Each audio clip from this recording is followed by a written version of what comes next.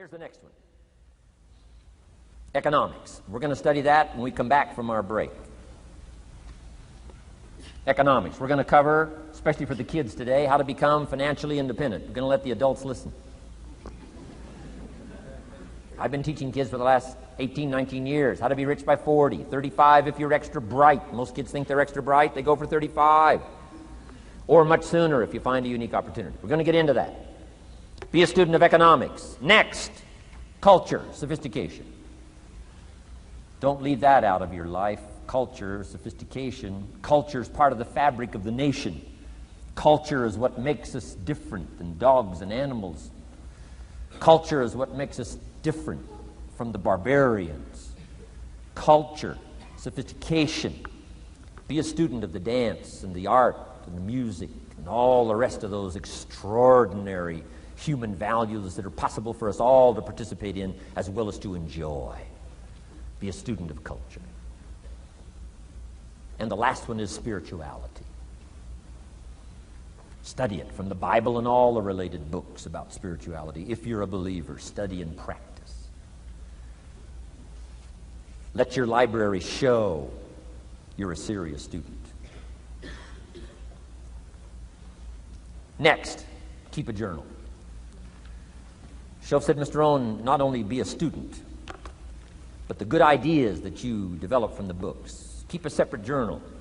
Write all this stuff down. Here's what he said. Don't trust your memory. If you're serious about becoming wealthy and powerful and sophisticated and healthy, and influential, cultured, unique, keep a journal. Don't trust your memory. If you listen to something valuable, write it down. If you come across something important, write it down. Write it down. Now, I used to take notes on pieces of paper and torn off corners and backs of old envelopes and restaurant placemats and long sheets and narrow sheets and little sheets and pieces thrown in a drawer. Found out, best way, keep a journal. I've been keeping these journals now since age 25. It makes up a valuable part of my own learning, and it's a valuable part of my library. My own journals now form a good portion of my own library. The stuff. I'm trying to get kids to do like I do, be a buyer of empty books. Kids find it interesting I'd buy an empty book. Especially at my status in life. What did I pay for this one? $26. Kids say, $26 for an empty book? Why would you do that? Well, the reason I paid $26 is to press me, to see if I can't find something worth $26 to put in here. And I'm telling you, all my journals are private. But if you got a hold of one of my journals, you wouldn't have to look very far until you would say, this is worth more than $26. I must admit, if you got a glimpse of Mr. Rohn's journals, you'd have to say he is a serious student. Not just committed to his craft, but committed to life, committed to skills, committed to learning, to see what I can do with seed and soil and sunshine and rain and miracle and possibilities and turn it into equities of life and treasure, family relationships, enterprise, sales, management, gifts galore, everything you want, all available, especially in America. I'm asking you, keep a journal. I call it one of the three treasures to leave behind. Let me give you that. One of the three treasures to leave behind. Number one is your pictures. Take a lot of pictures. Did you ever look back, right? 2 or 3 generations, just a handful of photographs way back there. Wouldn't it be something if there was album after album, thousands of pictures to help tell the story? A picture's worth 1,000 words. Don't be lazy in capturing the event. How long does it take to capture the event? A fraction of a second. How long does it take to miss the event? A fraction of a second. Errors in judgment or disciplines. Take lots of pictures. Help tell the story. Click, click, got it. Click, click, got it. Key. I go to Taiwan to lecture. Taipei, Taiwan. Grand Hotel. Neat place to do a weekend seminar. I got 1,000 students. Guess how many cameras? 1,000 cameras. They all bring their cameras. They wouldn't miss the event, take pictures. Takes me more time to take pictures than it does to do the lectures. Here's my new American friend. Here's my new American friend. Click, click, save it. Got it. 1,000 words, each one. What a scenario. Don't miss the pictures. When you're gone, one of the things to leave behind, the treasure in picture as well as in words. Key. Next, your library. The library that you gathered, that taught you, that instructed you, that helped you to defend your ideals, that helped you to develop a philosophy, that helped you to become wealthy and powerful and healthy and sophisticated and unique. The library that helped you conquer some disease, the library that helped you to conquer poverty, the library that caused you to walk away from the ghetto, the library, the books that instructed you, fed your mind and fed your soul. Leave your library behind. One of the greatest gifts you can leave behind is your library. Stepping stones out of the darkness into the light. Your library. So leave your books behind. Your books will be more valuable than your couch. Your books, your books, your books. And third is your journals. The ideas that you picked up. The notes you took at seminars like this.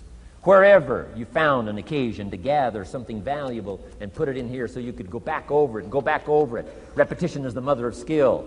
Read it one more time. Learn it one more time. See if you can digest it one more time. Let it coach you one more time. Let it teach you one more time. Let it inspire you one more time. Words are inspirational. The lyrics of a song. And not just read it once. That's why we put our stuff on cassettes so you can go through it again and again and again. If you hear a beautiful song that does something to you, you don't say, well, that's enough. Don't need to hear that again. No. Wouldn't you want to hear it again, hear it again, hear it again? Let it instruct you. Let it feed you. Let it teach you. Take you on wings of emotional journeys. Wouldn't you want to do that again? The answer is yes. That's what's so important. And here's what's important. One of the things to leave behind, that's your journals. All the stuff you took the meticulous time to gather. One of the greatest proofs that you're a serious student. Taking pictures, that's pretty easy. Buying a book at a bookstore, that's pretty easy. Here's one that's a little more challenging.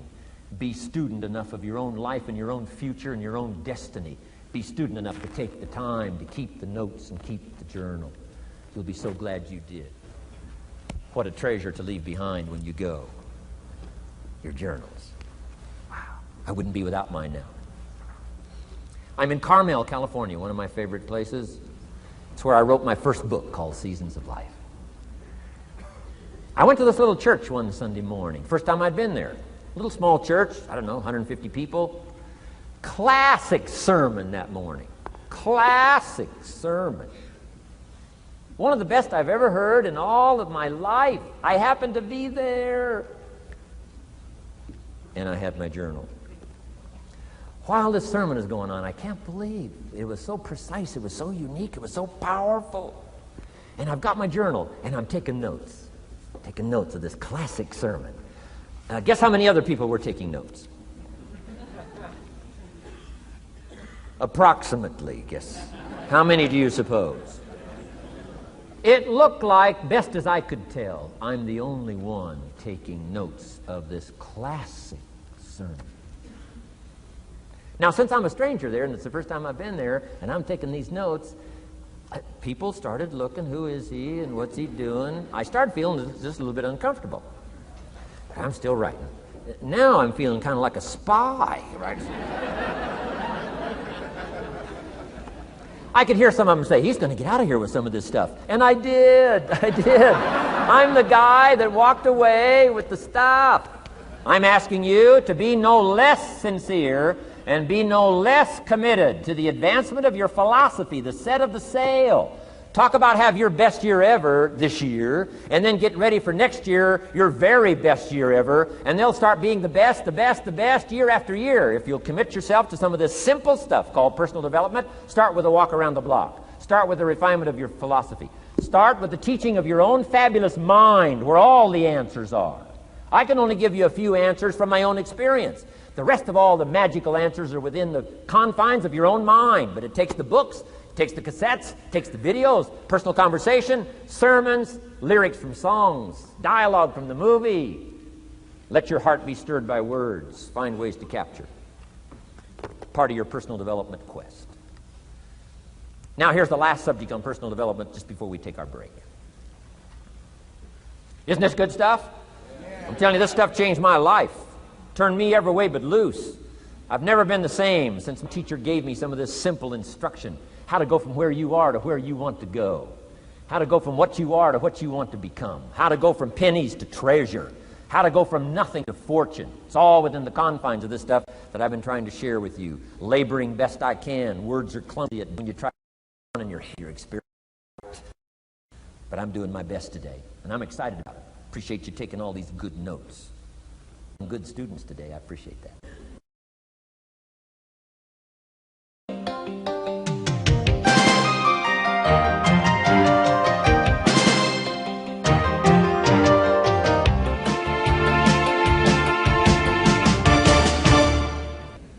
Develop these 5 abilities as part of your personal development quest. I call them the 5 abilities.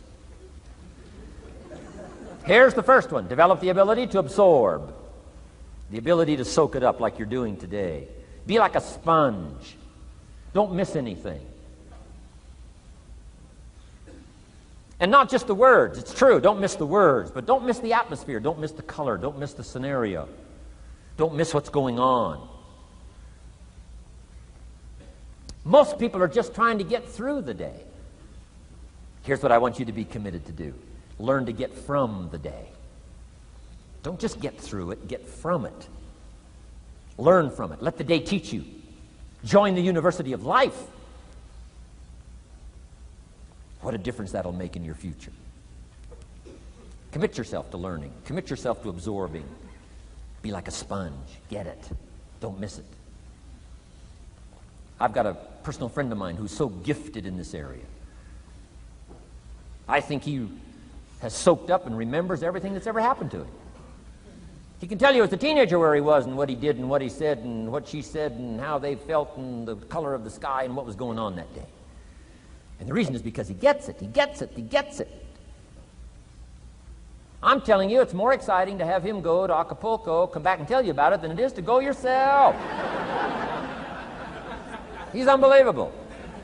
He's got this extraordinary gift. And why is it? When he's there, he doesn't miss anything. Here's a good phrase for you to jot down. Wherever you are, be there. Be there to absorb it up. Be there to soak it up. Take a picture if you can. But take pictures of your mind. Let your soul and heart take pictures. Get it. Capture it. Absorb it. That's such an important ability to develop, the ability to get it. Don't miss it. Don't be casual in getting it. Key phrase, casualness leads to casualties.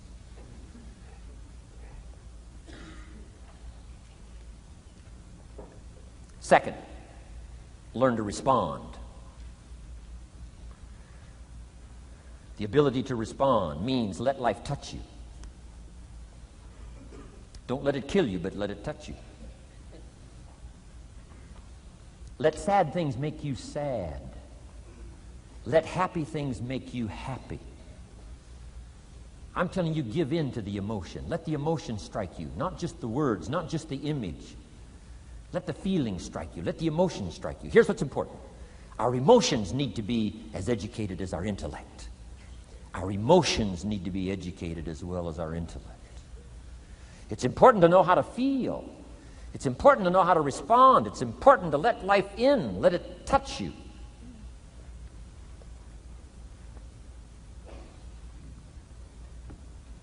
I'm the greatest guy in the world to take to the movies. I get into a good movie.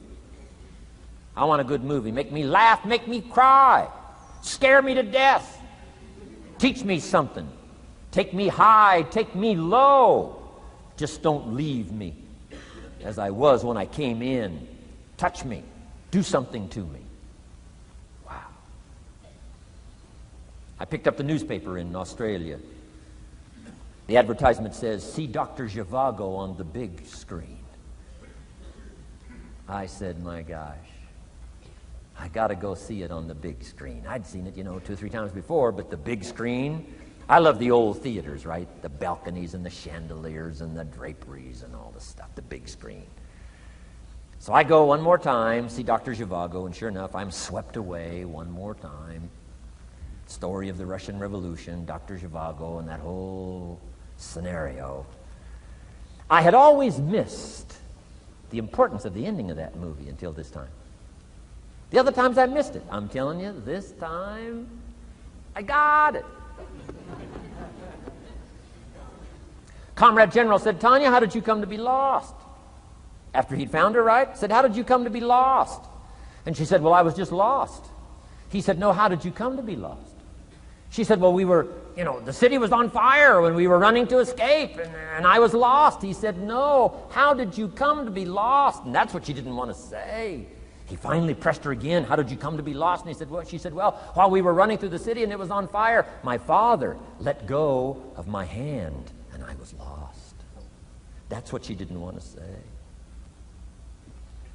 Comrade General said, Tanya, that's what I've been trying to tell you. Komarovsky was not your real father. He was not.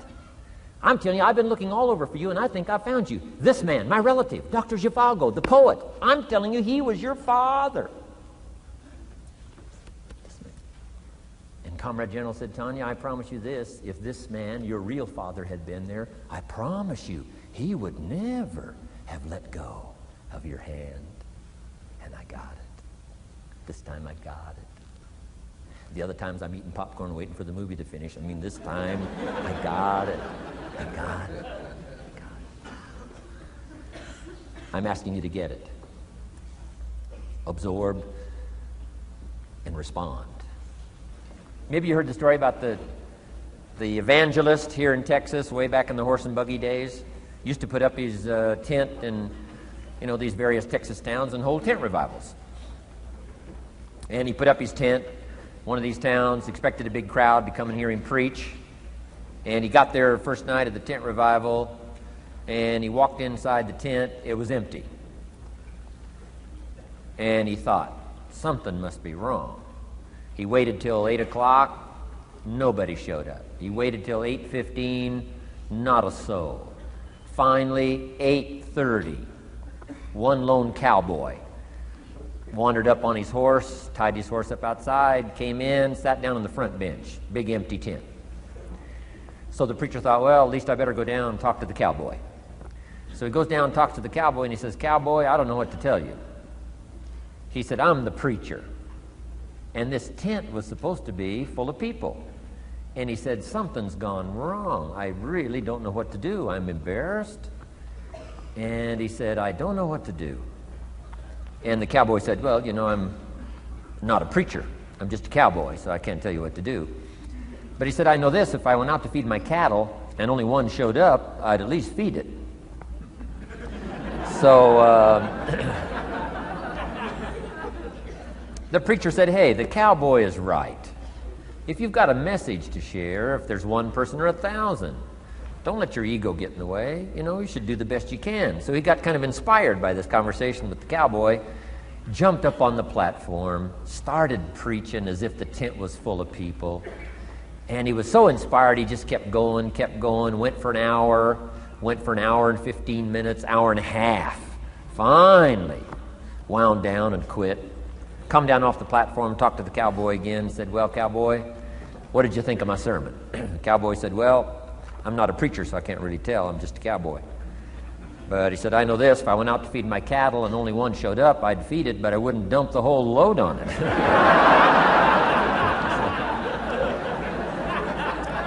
So, if it seems like we're dumping the whole load here today, I guess we really are. But you guys are working hard. Does anybody have 4 pages of notes? Oh, wonderful, wonderful. My job, I'm getting it done. Wonderful. We should give a prize one of these days for the most notes. Fantastic. I congratulate you. You're working as hard as I am. I appreciate that. Okay, we got some more work to do, so let's go to work. Everybody's okay? Say, I'm okay. All right. I'd love to take you with me as my traveling audience.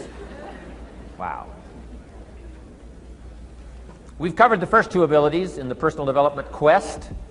One is the ability to absorb. Don't miss anything. Pay attention. Good watchword for the 90s. Pay attention. Things are moving so fast these days, you got to pay attention. Pick it up. Soak up the colors. Soak up the sounds. Soak up what's going on. Second, respond. Let life touch you. Let the emotions affect you as well as the sights. Now here's the third ability. Develop the ability to reflect. Reflect means go back over. Study it again. Go back over these notes that you're taking today. Go back through the cassettes one more time. Read the text one more time. But there's more to it than that. Go back over your day. I call it run the tapes again, so that the day locks in firmly. Here's some good times to reflect. One, at the end of the day. Take a few minutes at the end of the day. Go back over the day. Who'd you see and what'd they say and what happened? How'd you feel? What went on? So that you capture that day. A day is a piece of the mosaic of your life. Number one, don't treat it casual. Number two, get from the day. And then number three, go back over the day so that it locks in that experience, the knowledge, the sights, the sounds, the panorama, the color, motion, picture of the day. Just lock it in so that it will serve you for the future, having that day, not missing it. Next, take a few hours at the end of the week, called time to reflect. Go back over your day timer. Go back over your calendar. Go back over your appointment book. Where did you go and who did you see and how did it feel and what went on? Capture that week. A week is a pretty good chunk of time. Next, take half a day at the end of the month, called time to reflect. And do the same thing again. Go back over what you read. Go back over what you heard. Go back over what you saw. Go back over the feelings to capture it so that it serves you. Next, take a weekend at the end of the year to establish this year now firmly in your consciousness, firmly in your experience bank, so that you've got it, so that it never disappears. Good ability to acquire, the ability to reflect. Go back over. Remember. Remember. Remember. It's so valuable to be able to remember the thought, remember the idea, remember the experience, remember the occasion, remember the day, remember the weather, remember the emotion, remember the complexity, remember the highs, remember the lows. So valuable at the end of the day. Lock that day in. Lock the month in. Lock the week in. Lock the year in. Old Testament says a unique scenario unfolded according to the law, and that was they worked 9 years, and the 10th year was a sabbatical. The 10th year, work 9, take the 10th year, and not just to relax, not just to replenish, not maybe just to get physically in shape. Change of pace, we call it in the modern society, but not just for that. I'm sure that in ancient days, that sabbatical was to go over the last 9 years, what went right and what went wrong, and what worked well and what didn't work well. And how did you grow, and how did you learn, and how did you change, and what have you got now after 9 years that you didn't have at the beginning of the 9 years? See, that's so valuable, a sabbatical, some time.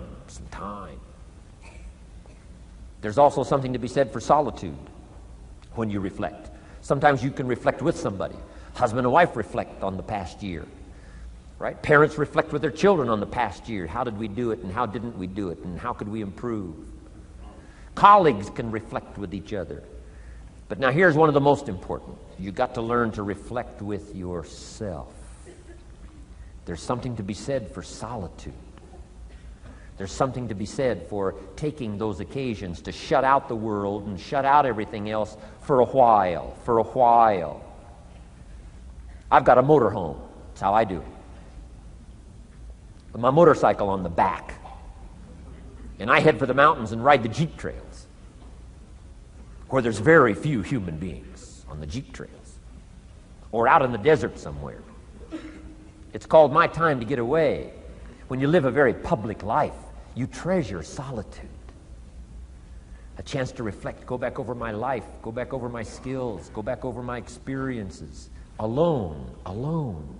There are some things you need to do alone. Ponder, think, wonder, read, study, absorb, soak in. See if you can't become better this year than you were last year, better the next 9 than you were the first 9. Solitude. There's even a more modern advice that says, go to the closet for time of meditation, time of prayer. Go to the closet. Closet meaning what? Away. And there's even a graphic description of the away. It said, enter into your closet and what? Got some students here, I'm sure. What? Close the door. For what? Just to shut out everything. Life is experience, and touching and seeing and looking and doing and acting and disciplines and all the stuff. But sometimes, this is where this reflecting is so important, to shut the door. Just shut the door and wonder. Prayer, contemplation, thinking, and let things move into your consciousness and awareness that no other way can it be done. Right? Flying down the freeway, I'm telling you, it's difficult to get through. So many things to do, it's difficult to get through. But times of solitude, times to reflect. So this is so valuable, learn to reflect. Now here's why it's important to reflect. To make the past more valuable to serve you for the future. Here's what's really powerful, learning to gather up the past and invest it in the future. Gather up today and invest it in tomorrow. Gather up this week and invest it in the next week. Gather up this year and invest it in the next year. See, that's so powerful, rather than just hanging on one more year, hanging in there, seeing what's going to happen. Learn, study. This is part of the personal development quest. Becoming better than you are, more valuable than you are, not just in terms of economics, in terms of motherhood, in terms of fatherhood, in terms of being a better brother, a better colleague, making a better contribution to the family, to society, to the community, to the church, to the office, to the commitment, to the partnership. Doesn't matter what it is that has value. Work on yourself, then you bring more value to the partnership, to the marriage, to the franchise, to the corporation, to the enterprise, to the community, to the nation. Self-development, personal development. The best contribution you can make to someone else is self-development, not self-sacrifice. Self-sacrifice only earns contempt. Self-development earns respect. Pity the mother who says, I'm just going to give up my life for my children. Self-sacrifice is not noble. Self-investment is noble from self-development. If I work on myself and become more valuable, think of what that'll do for our friendship. I used to use the old expression, you take care of me and I'll take care of you. I found out how shallow and short-ended that was. And I changed it to read like this, I'll take care of me for you, if you will please take care of you for me. And this is part of it, the personal development, that we work harder on ourselves than we do on our job. Now we bring that to the friendship. Now we bring that to the marriage. Now we bring that to the family relationship as a father, as a mother. And we develop the strength and we develop the power. That's key. And it takes, I think, this scenario of disciplines, these abilities, to acquire those gifts and those skills, that value, so that we bring more. Now, we bring more to the next week. We bring more to the next month. We bring more to the next year if you follow this absorb, respond, and reflect. I said to my father when he was about to turn 76, his 76th birthday, I said, dear father of mine, can you imagine what it's going to be like to gather up the last 75 years of your life and invest them in your 76th year? What a difference of philosophy, rather than just hanging on one more year. Gather up 75 and invest them in the next one.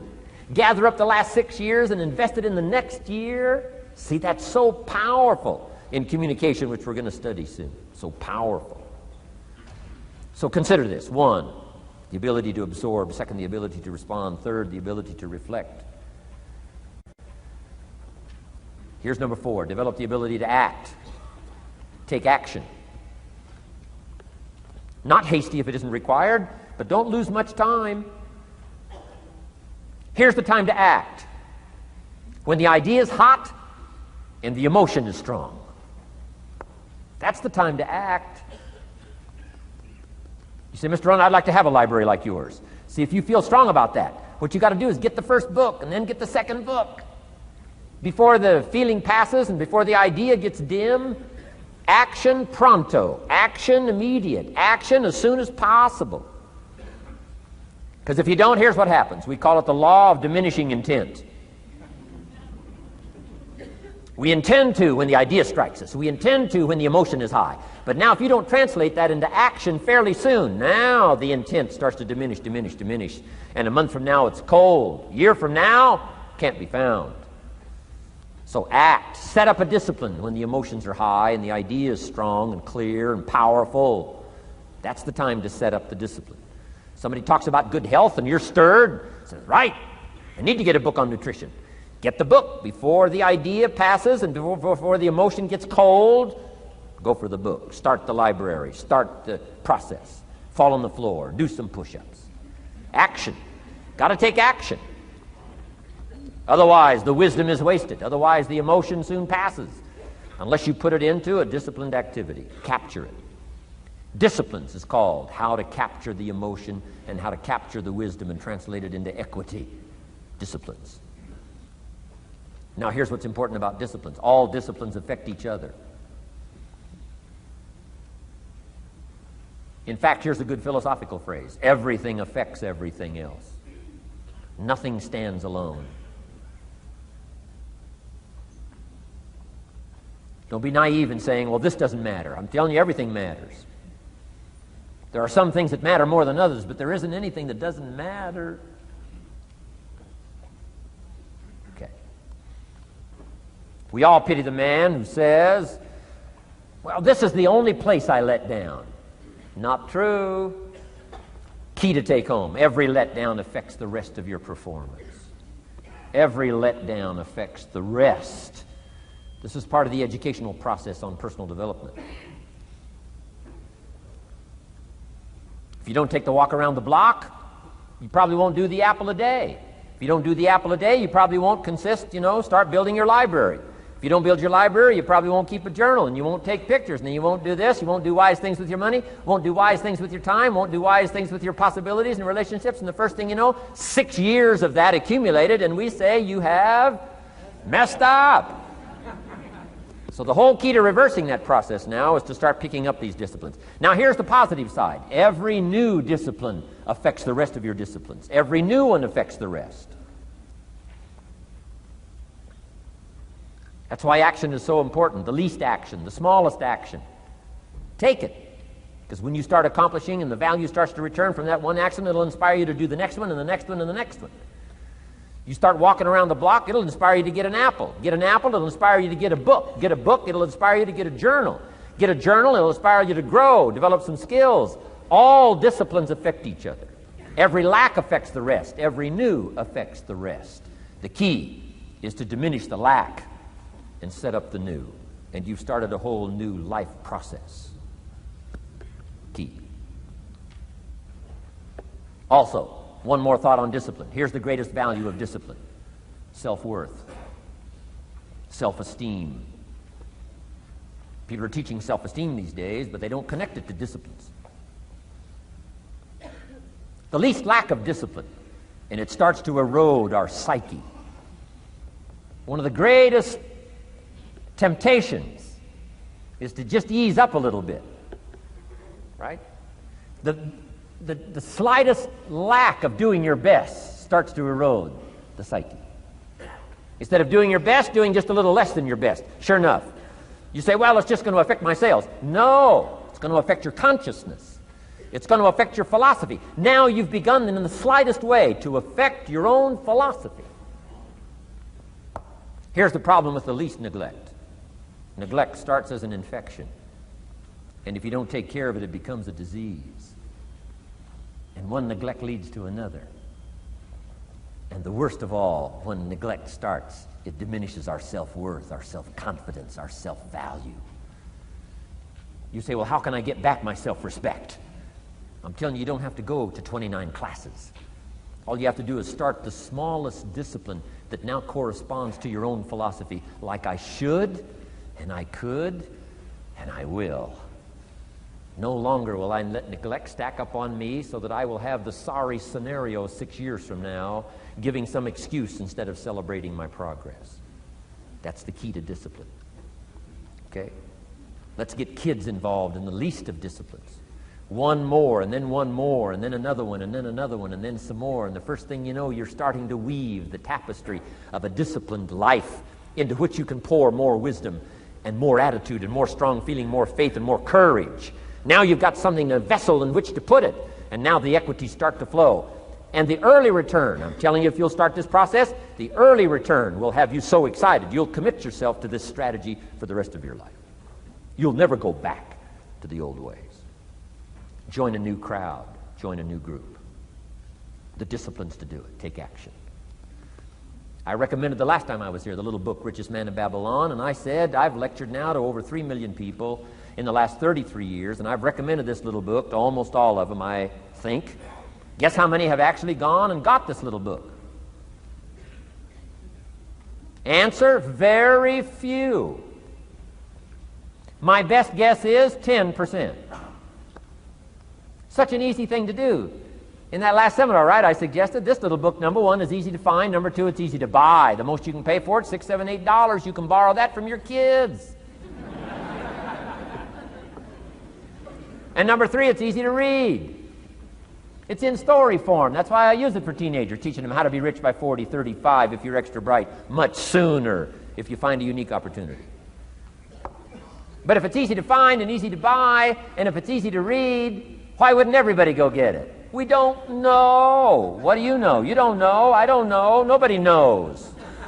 Here's how profound it is. Some do and some don't. Now here's the numbers. About 10% do. 90% don't or won't. And we don't know the mystery of that. And I'm telling you, 10 years from now, those numbers will still be the same. 10% will, 90% won't. The numbers don't change. Only the faces change. You're looking at one of the faces. I used to belong to the 90% who couldn't be bothered even if it was easy. Guess how many people have a library card?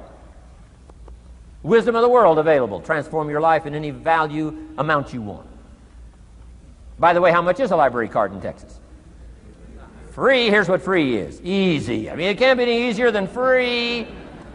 Somebody says, well, would you bring it by? Well, no. At least you got to go get it. No.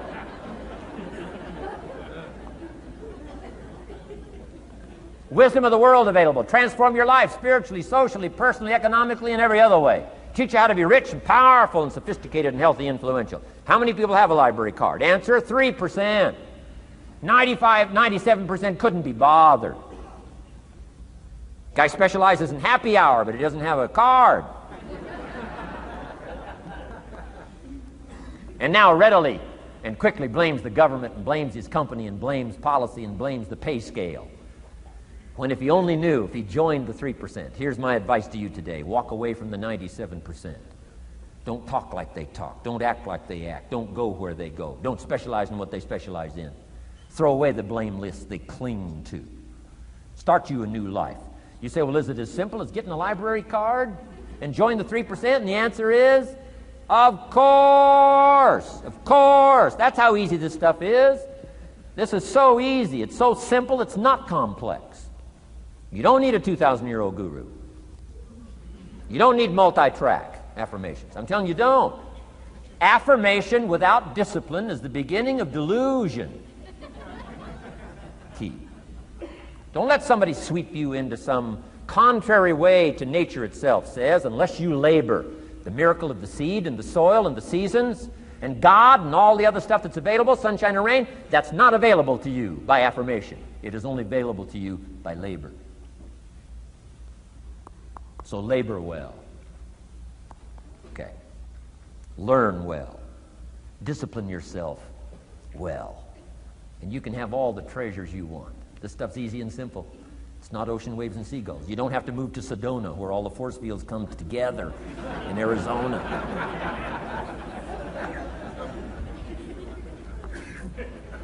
Let's teach our kids the simple ways to transform their health, number 1. Their economics, number 2. Their ability to communicate, number 3. Their life and treasure and lifestyle, number 4. Spirituality, number 5. And the list goes on and on.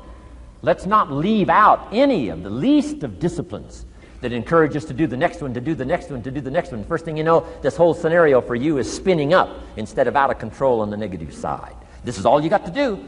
It's as simple as this. It's as simple as a start, committing yourself to life change. And once you start down this road, I promise you, you'll join the 10% and the 3%. We're going to talk financial independence in just a little while. Guess how many people can retire from the income of their own personal resources when it comes time to retire? Answer, 5%. In the most independent country in the world, 95% are dependent, 5% are independent. Take charge of your own retirement. I'm telling you, if you take charge of your own retirement through personal development and all these skills we've taught today, plus what's coming up, financial independence, I'm telling you, take charge of your own retirement, you can multiply it at least by 5, maybe by 10, maybe by 20, maybe by 100. Let the government take care of it, some company take care of it, you got to divide by 5. Take charge of your own life, take charge of your own day, take charge of your own conversation, take charge of your own family, take charge of your own possibilities. And learn these skills, develop this kind of strategy, and I'm telling you, life will open up for you. Join the 3%. Join the 10%. Join the 5%. Walk away from the 95%. In our Leadership Weekend we teach, find out what poor people read and don't read it.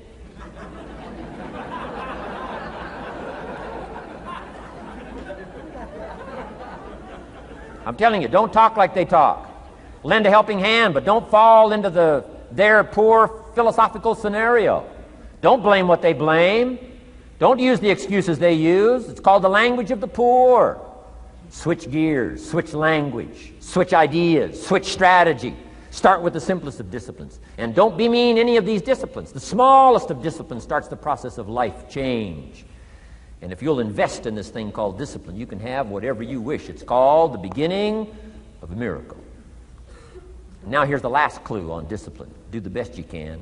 We covered earlier, but here's a good scenario for the do the best you can.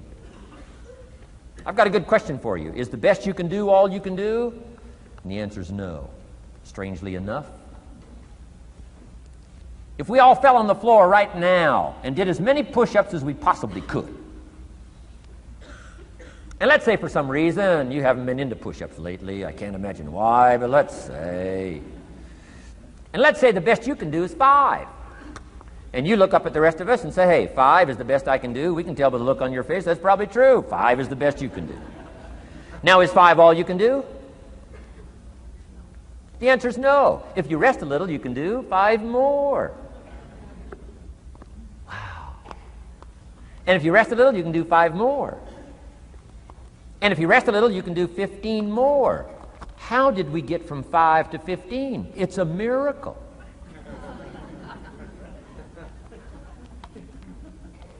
And if you rest a little, you can do 15. Rest a little, you can do 15. Rest a little, you can do 20. How did you get from 5 to 20? It's a miracle. Did you know you can keep doing that? Do a little more, rest a little, do a little more, rest a little, and finally get up to 50 push-ups? Is it possible to get up to 50 push-ups? Of course. How do you go from 5 to 50? It's a miracle. How do you get a miracle going? Number 1, do what you can. Don't leave out what you can, from writing a letter to your mother in Florida. Start cleaning it all up. 2, doing the push-ups. Go from 5 to 50. It's a miracle. Number 1, do what you can. Number 2, do the best you can. Here's number 3, rest very little.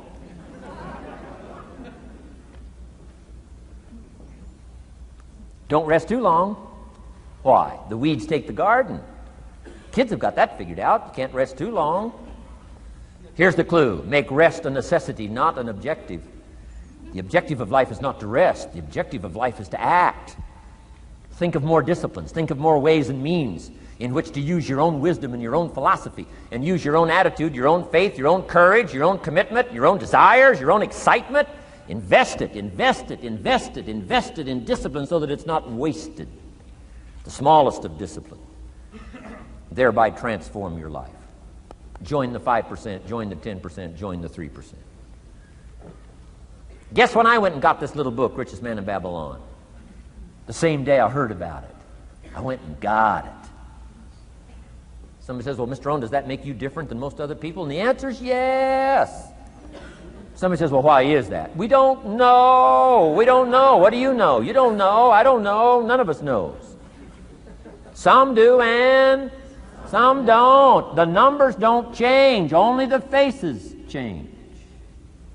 From those who get in on a seminar like this, listen to a dynamic sermon, read a book, listen to some cassettes, take seriously the next conversation of a friend who wants to level with you, and do something about it. And you can walk away from the 97% and not live there anymore. Because if you don't, the next 6 years of your life will be like the last 6. Mr. Shove said to me, Mr. Rohn, 6 years now you've been working. I'm telling you, the next 6 years of your life is going to be like the last 6 unless you take advantage and start making these personal changes. I made the changes, totally revolutionized my life. So take a look at the next 5 years of your life. It's going to be like the last 5 unless you change. And if you will change, everything will change. Join the 5%. 10 years from now, the numbers are going to be the same. But I'm telling you, some faces in this audience can change and start showing up in the 3% crowd, in the 5% crowd, in the 10% crowd, and thereby dynamically affect your life and your future. Develop these strengths. Now here's the last ability. Develop the ability to share. Pass along to someone else. If you've picked up a good idea today, pass it along. Don't let it stay. Pass it along. A book, if you take one of these little books I've suggested home and it affects you, pass along. Say, hey, I found a book, really helped me. I found a book, got me thinking. I found a book, changed my health. I found a book, got me inspired. Pass it along, pass it along, pass it along. Here's what's exciting about sharing. If you share with 10 different people, they get to hear it once, you get to hear it 10 times.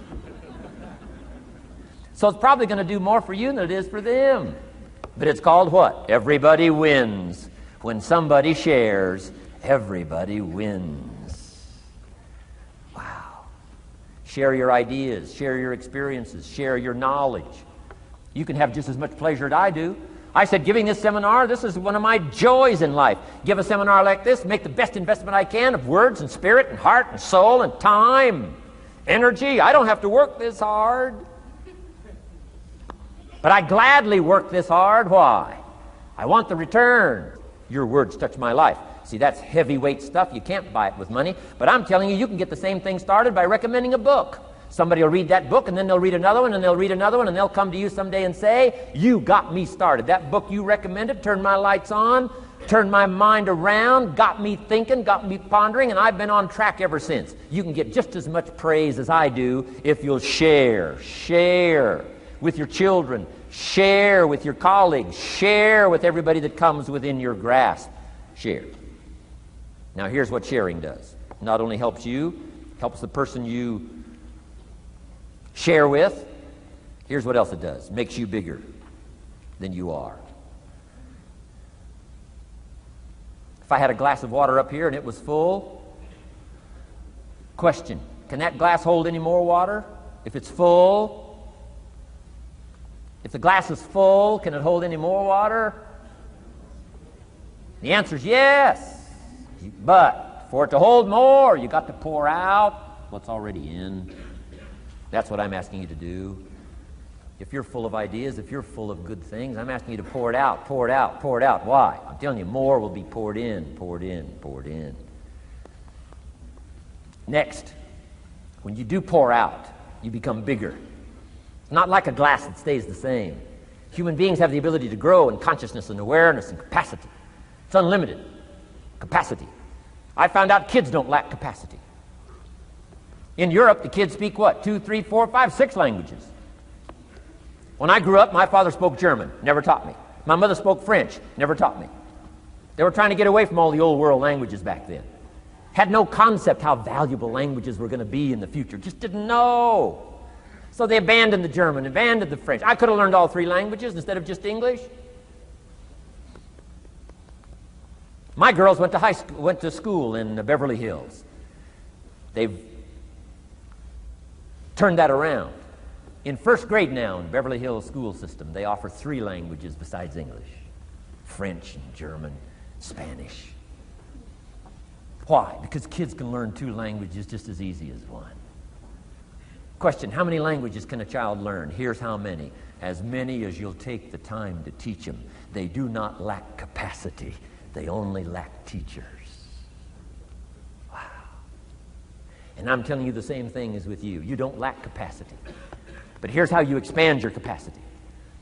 And that is to share what you've got. Now you get bigger. Share some more, and now you get bigger. I'm here for a very self-interest reason. If I share with you, my consciousness grows. If I share with you, I get to hear this again. Somebody asked me not long ago, said, Mr. Rohn, how are you doing with all this stuff? You get on everybody's case pretty hard. How are you doing with all this stuff you teach? I said, well, best I can share with you is this. Listen to me very carefully, but don't watch me too close. This stuff's easier to lecture on than it is to do. I understand that. I'm working on it just like you. But hey, pour out what you've got so that your capacity grows. Now, why should you want your capacity to grow? Very self-interest reason. Here it is. To hold more of the next experience.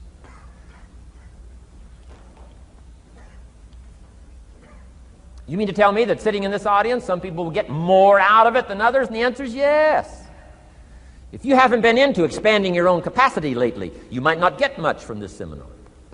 But if you've been into expanding your capacity, and you've been sharing, and you've been doing all this stuff, I'm telling you, no telling what all this could mean to you today, this chance to grow, change, develop, absorb, take in. I'm asking you to expand and grow so you can hold more of the next experience. Some people can't be very happy. You could pour happiness out on the whole world. Some people can't be very happy. Why? They're not big enough. If you're small, you don't get much. Small in comprehension, small in the ability to think and wonder, small in appreciation, no matter how much is poured out. Prosperity can be poured out on the whole country. Some people don't get much. Why? They're too small in their thinking, too small in their ability to share, have not expanded to their full capacity. Don't be like that. Now, some people aren't going to get much because they've got their cup turned upside down. You couldn't put anything in. Learn to share. It's a glorious, glorious experience. Okay, enough on personal development. Let's cover now setting goals. Let me show you something that turned me every way but loose. I've never been the same since I found out about it. Learning how to set goals.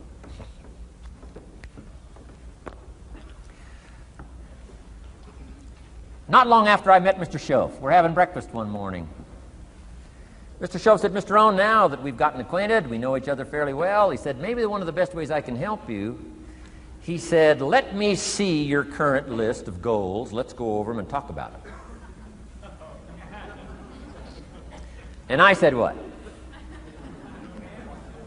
I don't have a list. He said, well, Mr. Rohn, if you don't have a list of your goals, he said, I can guess your bank balance within a few $100s. Which he did. And that got my attention. I said, you mean my bank balance would change if I had a list of goals? He said, drastically. So that day I became a student of setting goals. And I've used it to dynamically affect my life. I've taught it to some of my business colleagues. We use it to do business around the world. Setting goals. It can turn out to be a drama for your life. Here's what goals are. Your vision of the future. Your vision of the future. Now, there's 2 ways to face the future. 1, with apprehension. Number 2, with anticipation. Guess how most people face the future? With apprehension. Why? Major reason why. They don't have it well designed. They've left the design of their future to somebody else. And if you don't make plans of your own, guess what? You'll probably fall into someone else's plans. Guess what someone else may have planned for you? Not much. You got to make a list of this not much stuff. I'm telling you, people all their lives count on this not much list. If all of your negative relatives all turn positive, what'll that do for your future? Not much. If prices come down a little, what'll that do for your future? Not much. If the economy gets a little better, what'll that do for your future? Not much. If circumstances get a little better, what'll that do? Not much. If the weather gets a little better over the next few years, that'll do. Not much. I mean, you could go right down this whole scenario list. Most people all their lives, with their fingers crossed, count on this not much list. That's why 10 years from now, they'll be driving what they don't want to drive, living where they don't want to live, wearing what they don't want to wear, doing what they don't want to do, having what they don't want to have, maybe become what they didn't want to become. And it all starts by counting on something that's not going to count much. You say, well, then how can my life dramatically change? You got to count on yourself. And here's one of the things you got to count on: your ability to design the future. It's called the promise. And the promise of the future, if you'll design it well, can have an awesome effect on your life. But if you face the future with apprehension, you'll take hesitant steps all day, uncertain steps all day. And if you take uncertain steps all day for 6 years, you can imagine how empty your life can be. We've got to help our kids with the promise of the future. Now here's what's connected to the promise: the price. The price to pay. But I'm telling you, the price is easy if the promise is clear. One of the better notes to make for today. The price is easy if the promise is clear and powerful. But the price seems almost too much to pay, too much to get over, too much to accomplish if the promise isn't clear, if the promise isn't powerful. I'm telling you, kids will pay the disciplines if they can see the promise. One of our biggest challenges as parents in the 90s is to help our kids see the promise of the future. That's why I'm teaching financial independence, how to become wealthy and powerful and sophisticated and healthy and unique. All of the stuff kids would hope to go for. It's all possible. This is America. That's the promise of the future. The price, a few simple disciplines practiced every day. And I'm telling you, the kids will pay the price of the simple disciplines if they can see the promise of the future. But if they can't see, they don't want to pay. And the same is true of all of us. We will pay the most extraordinary disciplines if we can see the promise of the future, called setting goals. So I'm asking you to get a handle on the future. I'm asking you not to leave it to anyone else. Don't leave it to the company. Company's got their own goals. I'm asking you to set your own goals, your personal goals. Income goals and financial goals and health goals and spiritual goals, and where do you want to go and what do you want to do and what do you want to see and what do you want to be. That's it. Promise of the future. Design your own future. It's within your hands and your capacity to do so. Here's how simple now goal setting is. It's not mysterious. You don't have to anchor, you don't have to focus, you don't have to visualize, none of that stuff. Here's how simple goal setting is. Changed my life. Decide what you want and write it down. I mean, that's how profound this stuff is. Decide what you want and write it down. Make a list.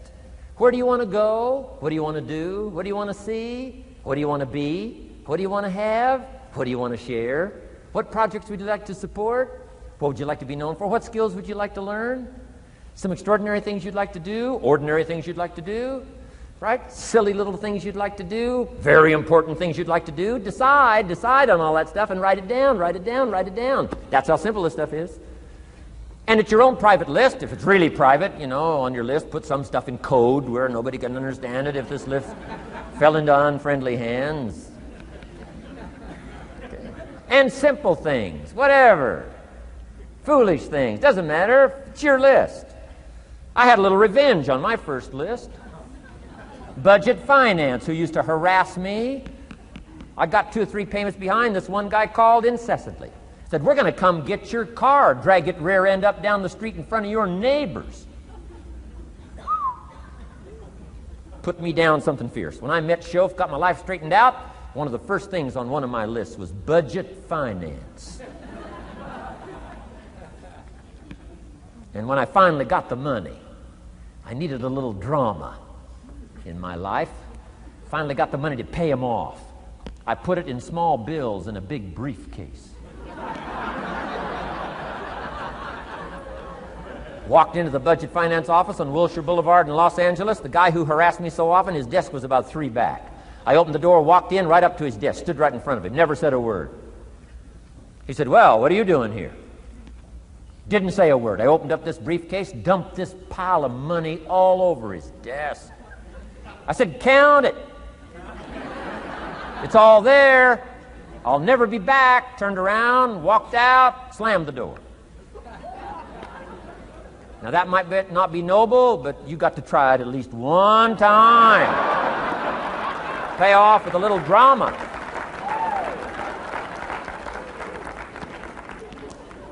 Got to check them off my list. Keep your list with you. I keep my list in my journal so that I can go back. 5 years ago, here was my list. And I'm a little embarrassed. Here's what I thought was so important now. How my philosophy has changed. From 10 years ago, 5 years ago, 3 years ago. Here's my old list. Here's my new list. Here's what's valuable to me now. Here's what I want my life to be now. Here's where I want to go, what I want to do, what I want to see. Keep your lists of goals so that it shows your growth, shows your ability to change and grow. Your philosophy grows and expands what's valuable. Setting goals. It doesn't matter how small, foolish it is. Put it on your list. My Japanese friend, Toro Ikeda, put on his first list, a Caucasian gardener he wanted. Thought that was good.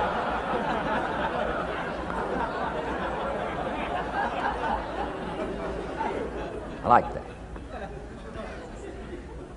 Have you got this profound thing now on setting goals? Here's how profound it is. Decide what you want and write it down. Get together with your wife, decide. Get together with your kids, decide. Get together with your business colleagues, decide. Write it down. Make a list. Okay, that's how easy it is.